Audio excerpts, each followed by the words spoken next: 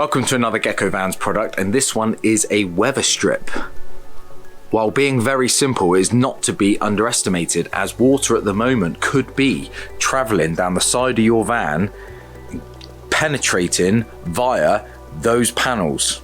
So the panels that run along the bottom quarter of your vehicle at the moment, they're actually just basically popped on. Now, what I've done in the past is removed these trims, sealed the poppers and put them back on. Now that is quite a laborious and quite a messy task. Well, there's no need to do that. We are literally aiming to fill the gap between the body and this panel trim. Now this rubber gasket fits absolutely lovely. What I would advise is a bit of fairy liquid. Other washing up liquid may be available, but any kind of soapy water, get that nice and moist. And it basically, once you get the orientation correct, because there is an orientation, it will literally work one way and not the other, because there are a certain amount of grooves.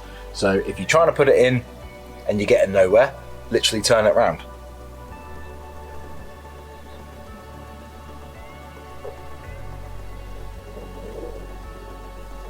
And you just press it into the gap.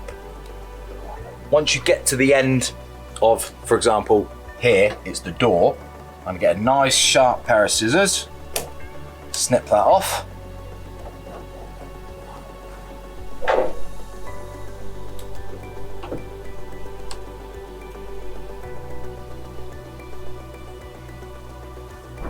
Voila, simple. You're now protecting your van from basically filling up with water.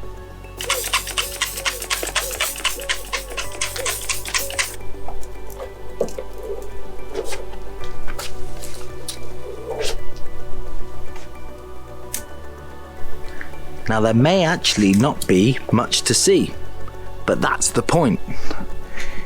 It's totally seamless, but like you see here, I've left a piece out so you can see. Totally non-intrusive, pretty much don't notice it there, it's there, and it actually finishes it. It makes it nice and seamless between the body and the trims themselves, and that will now, as water comes down here, skip straight over the top and end up on the floor instead of inside your van. So that is it. Basically, get the area nice and slippy with some soapy water, just helps pushing the rubber into that slot, into that channel. And the only other thing is, my only probably top tip that I could give you is when you're going into areas such as the wheel arch and it doesn't finish necessarily square, don't be afraid to use your initiative and cut this at an angle. So if you cut that at an angle the same way as your arches, it just looks a little bit neater, just tidies it up. It doesn't stop abruptly before the trim actually does. So that is it.